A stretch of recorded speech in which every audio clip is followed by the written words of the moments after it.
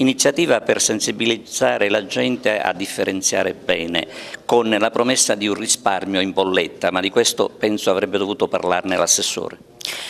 In realtà l'iniziativa è stata pensata da Legambiente per replicare un progetto di successo che noi abbiamo portato avanti e stiamo continuando a portare avanti in alcune realtà siciliane, segnatamente Caltagirone e soprattutto Piazza Armerina, perché con l'ecostazione che in questo caso portiamo in piazza noi vogliamo dare immediatamente riscontro all'impegno dei cittadini che fanno la raccolta differenziata. Per questo motivo appunto sabato ad Agrigento inauguriamo questa sorta di tour delle ecostazioni in piazza, invitiamo i cittadini a portare sul lungomare di San Leone, nell'area in cui ogni sabato si svolge il mercato di Coldiretti Campagna Amica, li invitiamo a portare i loro rifiuti perfettamente differenziati, separati per tipologia, quindi plastica, carta cartone,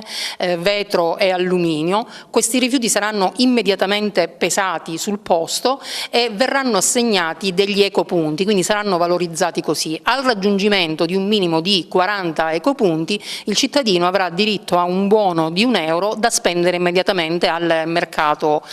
di Campagna Amica. La Coldiretti presente all'iniziativa anche di sabato? Assolutamente sì, ci siamo catapultati nella richiesta da parte di Legambiente di Agrigento, perché come organizzazione siamo particolarmente solleciti a quelli che sono i temi che riguardano l'ambiente, quindi svincolare totalmente la figura dell'agricoltore, che è un soggetto che munge in maniera figurata l'ambiente per trarre i propri profitti, ma piuttosto l'agricoltore che salvaguarda il territorio, quindi l'agricoltore che diventa vestale praticamente di un sistema in cui la tutela dell'ambiente rappresenta un quid in più, un valore in più nei confronti delle proprie produzioni e soprattutto nel presentare i prodotti a livello mondiale. Sappiamo bene come Agrigento oggi rappresenta meta di innumerevoli turisti, un territorio più pulito, un territorio che ricicla, sicuramente un buon biglietto da visita